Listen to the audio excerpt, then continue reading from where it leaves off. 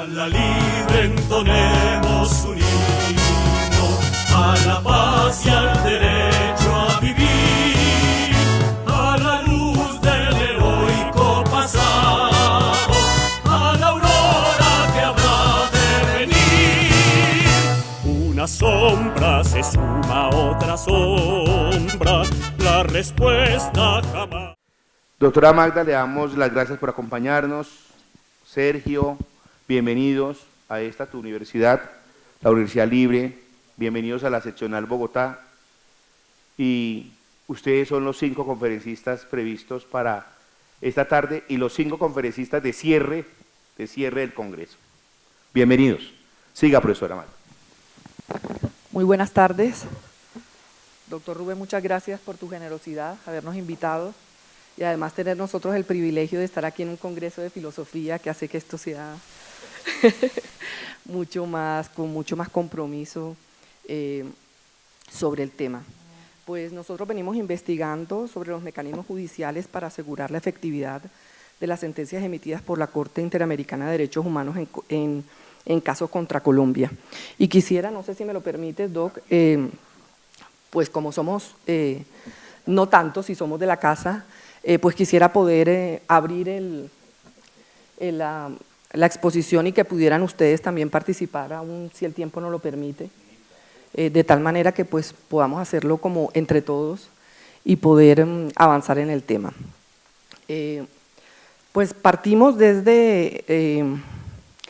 la Administración de Justicia tal como está concebido desde la Constitución del 91,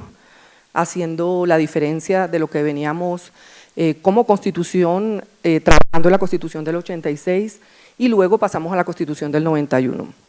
Estado social de derecho que da cuenta de una administración de justicia absolutamente diferente de lo que venía siendo la Constitución del 86. Una Constitución que da garantías de lo que es la protección de los derechos humanos, que así dimos cuenta cuando la promulgamos como Estado social de derecho, que significa protección de los derechos humanos. Y nosotros en atención de esa protección de los derechos humanos, pues lo que hacemos es hacer como un pequeño recuento y luego ir a 3 casos que el doctor Sergio continuará. Es un trabajo, una ponencia que hacemos, ahora estamos hablando de eso, lo hacemos 2 abogados en un congreso de filosofía y además pues una ponencia que hacemos entre 2 personas. Así que teniendo en cuenta nuestra Constitución y tal como está ordenado, ese Estado colombiano da la categoría social adicionada a los fundamentos de su organización sociopolítica y por lo tanto jurídica para la administración de justicia,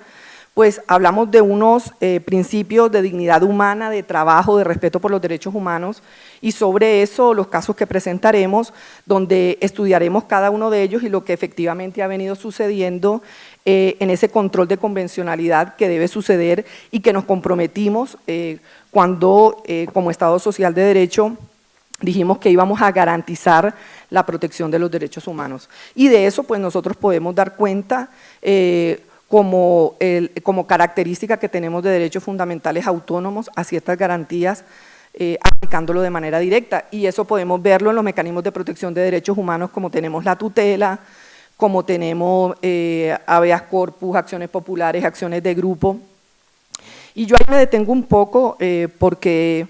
pues a pesar de que en la Constitución del 91 lo tenemos consagrado de esa manera como mecanismos de protección, pues empezamos, digamos que a hacer la tarea no muy correctamente, porque solamente como mecanismo de protección de los derechos humanos encontramos que a través del decreto 2591 del año 91, pues reglamos el tema de la protección como mecanismo de derechos humanos como es la tutela. El resto de los otros mecanismos, pues encontramos que a partir del año 98, otros años 2004, 2006,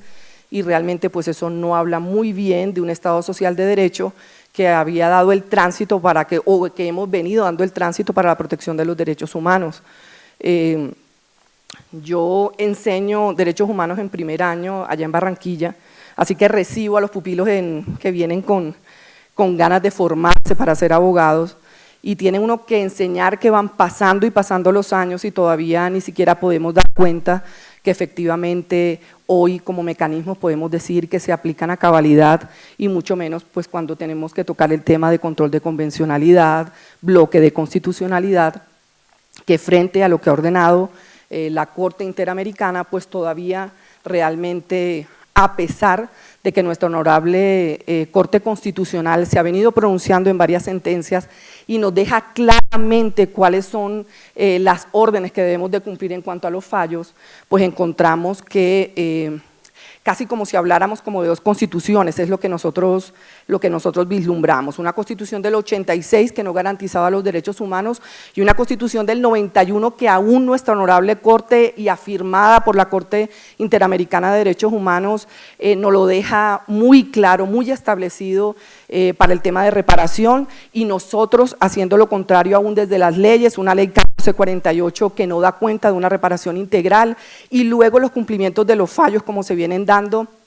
que sancionan a Colombia por hechos ilícitos y encontramos que la Corte Constitucional, ya cuando llegamos a última instancia, realmente digamos que puede entenderlo, garantizarlo. La pregunta que nos hacemos es ¿por qué los jueces de la República cuando administran esa justicia en primer nivel no encontramos que tenga congruencia con lo que primero la Constitución se ha ocupado? Y luego cómo nos hemos comprometido a través del bloque de constitucionalidad y lo que la honorable Corte ha venido fallando y lo que la Corte Interamericana también ha venido fallando y ha venido ordenándonos a través de sus sentencias. Cómo no hay congruencia, cómo a pesar de los fallos que tenemos que sancionan a Colombia y ordenan la reparación, pues número uno, no encontramos la reparación integral y número dos, pasan muchos años para el cumplimiento de los fallos porque ni siquiera… Primero que como Estado no nos comprometemos a cumplir el fallo, sino que la persona, la víctima, tiene que recurrir de nuevo a la justicia para poder realmente que su fallo pueda favorecerle. O sea, es una cosa que es demencial, que yo creo que no sucede en otros lugares del mundo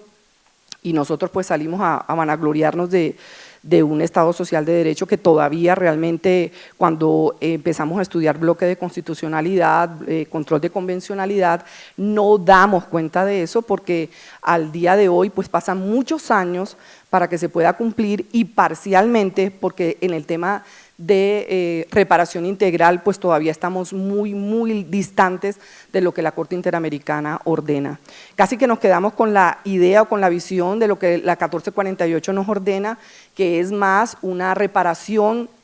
de tipo pecuniario, miserablemente pecuniario, porque ni siquiera reparamos como debe ser, sino todavía los jueces de la República se han quedado con esa idea de reparación, yo no sé cómo… parcial, miserable, incompleta, sí, realmente triste, vergonzosa, porque hablamos hoy de procesos de paz, de reparación, de justicias especiales, cuando ni siquiera todavía nuestra justicia ordinaria da cuenta de un cumplimiento de un fallo a lo que en el año 91 nos habíamos comprometido como Estado social de derecho.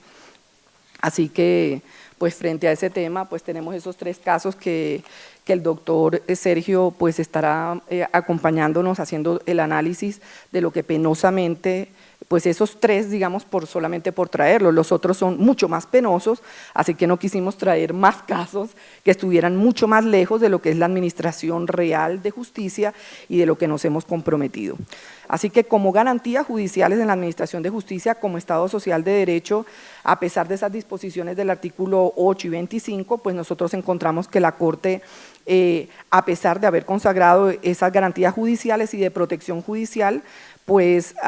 y de haberlo llamado también un debido proceso legal, un debido proceso, nosotros ni siquiera aplicamos un debido proceso para nosotros recibirlo, o sea, es que realmente ni siquiera alcanzamos a llegar a esa mínima parte que da cuenta de una protección de derechos humanos y ni siquiera es el cumplimiento del fallo, sino el respeto del debido proceso, que es el poder cumplir lo que la Corte ha ordenado cuando sanciona al Estado colombiano.